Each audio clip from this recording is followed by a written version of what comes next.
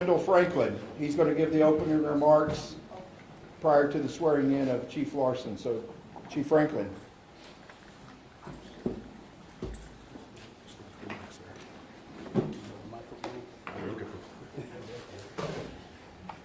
Who knew this was coming? We don't have a microphone. I got to stand up here so the media at least hears what I have to say. I'm not a loud talker, but yeah, I've had a chance to really reflect over the last 4.5 years, and it's been one of the hardest jobs I've ever had. It is the hardest job I've ever had. There is no book, there's no manual, there's nothing to tell you how to do your job. A lot of decisions that you have to make are made with a lot of thought and a lot of gathering groups together to make a decision, and that's kind of what I learned is the best way. Decisions made are not going to they're not going to be, where everybody is jumping up and down and happy because you made a decision. Often the decision that's made when it comes across on the chief's desk or any leader's desk, about 50% of the people are going to be happy with the decision you made, and the other 50% are going to be upset with the decisions you made.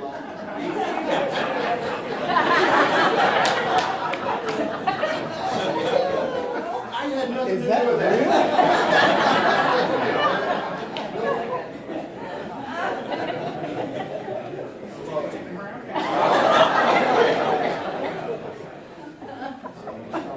Wow, okay.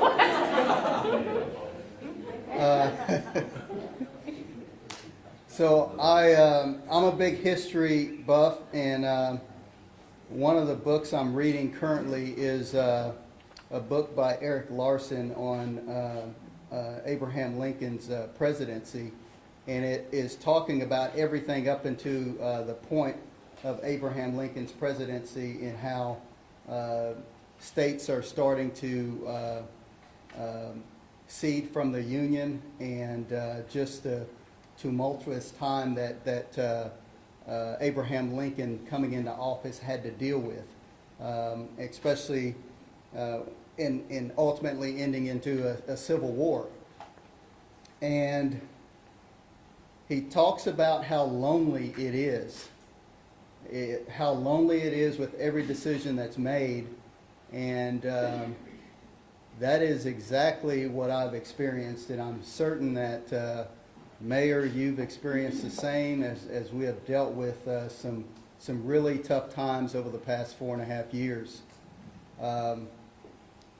What I did was everything that I did, I always tried to make the right decision based on the police department, not based on me as an individual, not based on any person, not based on any political person, but for the good of the department, first off, the United States Constitution, and if I made those decisions right, then I could go to sleep at night. So one of the persons that was right there by my side, helping me make those decisions, is the next chief of police here. So I have zero reservations about exiting out and what's going to happen to this department, who's going to be leading this department. It's the guy that office right next door to me. And so for me, I am at peace with exiting out. As some people say, quitting.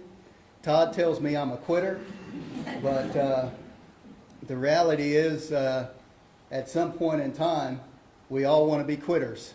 We all want to be able to sit back and enjoy the benefits that we've accumulated over time. So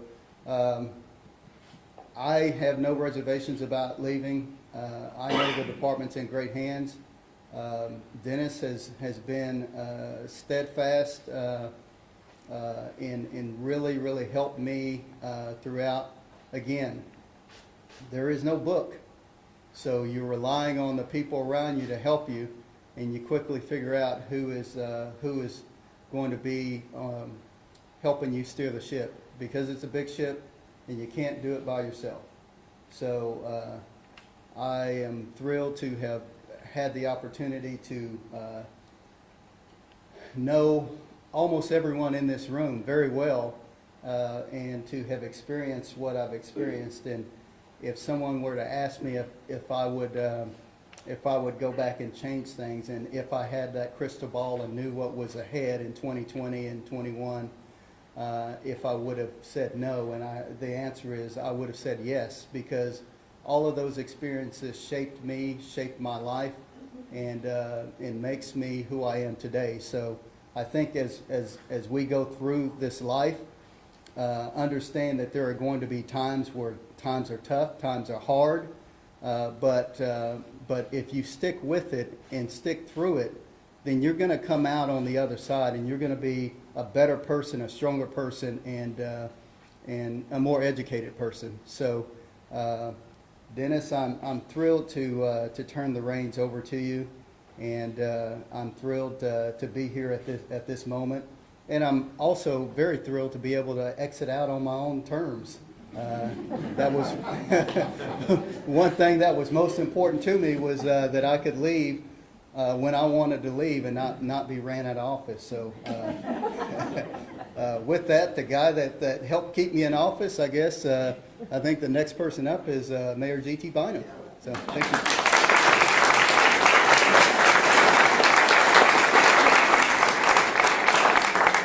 Yeah, Chief and I were laughing about that a couple of weeks ago. There's not a lot of people in our lines of work who get to leave on their own terms. And I'm just so grateful for Chief Franklin's service to this city. I was looking at pictures of 4.5 years ago when he assumed this role, and I was swearing him in, and we both looked so youthful and happy. Had so much hair. No idea that we were getting ready to walk into the greatest public health crisis in the history of the city, multiple natural disasters, political disasters, one of the most difficult budget periods around the global pandemic that our city has ever dealt with. And I can't emphasize enough how important it was as a mayor to have a police chief that I totally trusted through every one of those crises, and knew was up to handling whatever came our way. And he proved that through his service to our city. And that example weighed heavily on me as we went through this most recent process. The most important things to me in selecting our next chief were that we need someone who we have complete trust in, that can keep the citizens of Tulsa safe, and that will keep the men and women in the Tulsa Police Department safe, and that has a demonstrated track record of devotion to the best police department in America.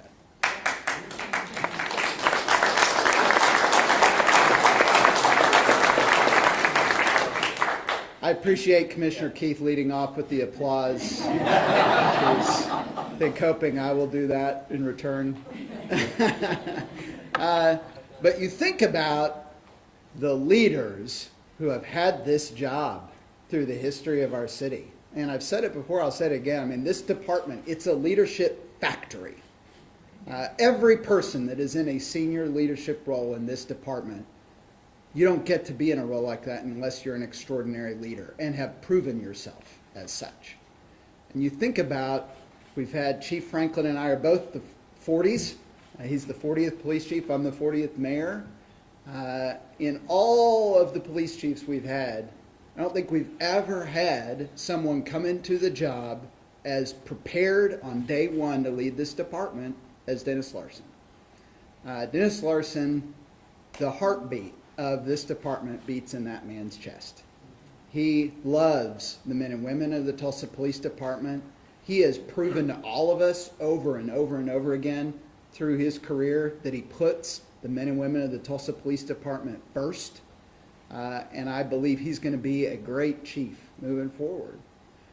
It also weighed heavily on me as a fellow member of the Quitters Club that I want to make sure when I leave office in 132 days that I've left our next mayor somebody that I have complete trust in is going to take care of the men and women in this department in our city. There is no question in my mind that Chief Larsen is going to do a fantastic job at that. And so it's a great honor for me. He reminded me that he took this oath 45 years ago, but we're going to, just to be sure, we're going to do it one more time. Want to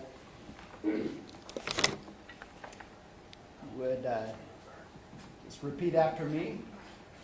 I, Dennis Larsen, Dennis Larsen, having been duly appointed a police officer of the city of Tulsa having been duly appointed a police officer of the city of Tulsa and a peace officer of the state of Oklahoma, and a peace officer of the state of Oklahoma, do solemnly swear do solemnly swear that I will defend, enforce, and obey that I will defend, enforce, and obey the Constitution and laws of the United States, the Constitution and laws of the United the States, state of Oklahoma, the state of Oklahoma, and the charter and ordinances of the city of Tulsa, the charter and ordinances of the city of Tulsa, that I will obey the lawful orders of my superior officers that I will obey the lawful orders of my superior officers and the regulations of the Tulsa Police Department, and the regulations of the Tulsa Police Department, that I will protect the rights, lives, and property of all citizens, that I will protect the rights, lives, and property of all citizens, and uphold the honor of the police profession and uphold the honor of the police profession with my life if need be.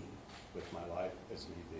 This I solemnly swear. This I solemnly swear. This 23rd day of July, 2024. This 23rd day of July, 2024. Chief.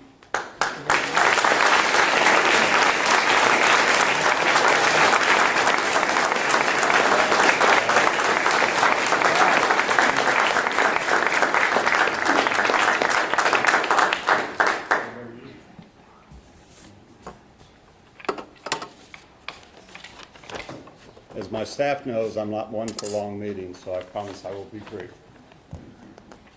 Mayor Bynum, to begin with, I want to say that from the moment you took office, you prioritized public safety as a cornerstone of your administration.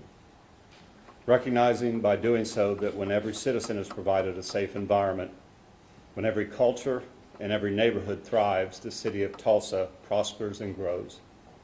The men and women of our department owe you a great debt for your vision, your leadership throughout your tenure of office. I personally am grateful to have served with you, and words I cannot express the gratitude for the opportunity you've given me to lead this department. Chief Franklin, over the last 4 years, no past police chief in several decades has done more to dramatically leap the department forward than you have under your tenure. You have prioritized officer safety at every level. You were always driven to provide officers with the best leadership and supervision and equipment to ensure, along with the best training and technology, they would return home safely each night to their families. Nothing means more to this department than to know that the man sitting in that corner office cares about them and cares about their families, and you've demonstrated that from day one.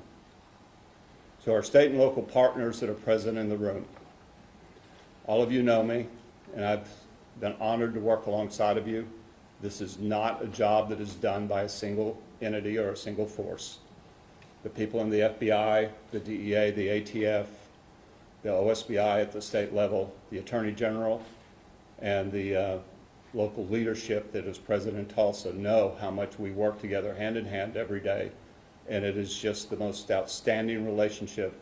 When the Secret Service calls me moments after a critical event in our nation's history to say, or to fill me in on what he could tell me now, he closed it with how proud he is to constantly serve and stand by us every time we have a leader of our nation sit down in Tulsa. Many of our federal partners don't start out in Tulsa. They move here, they move their families, and they end up retiring here. And that's because of the city that we have all grown to love and to serve. The events of our lives are truly define who we are. Decisions we make that alter and change the course of our lives. While I've had incredible opportunities from being one of the first to respond to the Oklahoma City bombing, throughout my natural disasters that I can't remember all of them, they have all shaped my legacy on the Tulsa Police Department. One moment in time, though, has truly made a difference in my life, and I wouldn't be standing here today without that moment. That moment was the day that my wife, Karen, came into my life. She simply put, and I tell her often, she is my everything. With that, in my closing remarks, every once in a while something is just destiny. I received a letter, which the Chief Franklin knows, that we receive routinely. And I would like to read you, it's very brief, it's 2 paragraphs. But the moment I got it and I read it, I just thought of the words, "This is us."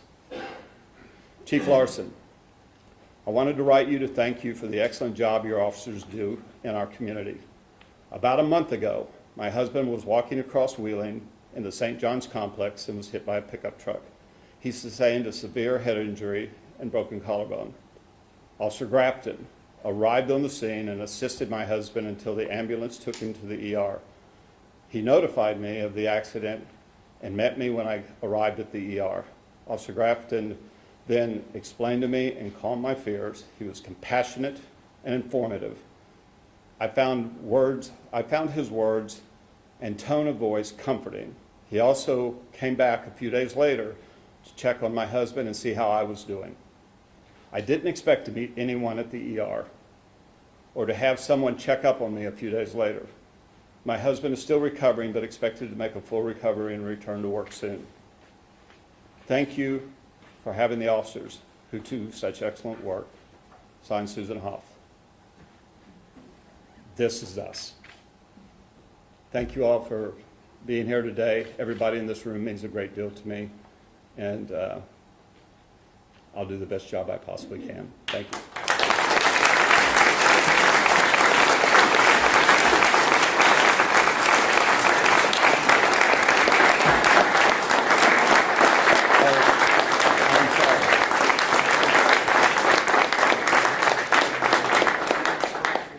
I didn't expect the mayor to pull out a badge from his coat pocket. But the tradition of our department, in most police departments in the United States, is the chief of police always wears badge number 1. And so it's my honor to pass along badge number 1. I don't know if Karen wants to pin it on or not, but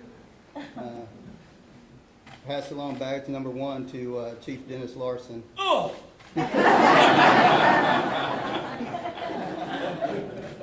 Just a little blood there. It'll clean up easy. Yeah. The uniform covers it well. Also to pass along to him this badge that I received from the Stiggy family. Chief Stiggy, one of our chiefs on our department, for years carried this badge with him, and he carried it after retirement as well from the police department. Upon his death, his family presented this badge to me at his funeral, and so I want to keep this badge in the chief's office, and I want to pass this badge on to Chief Larsen. So.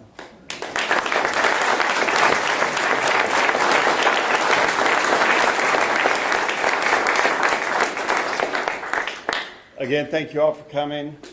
I'm told there's cake, but I hope to have a chance to visit with each and every one of you. Thank you.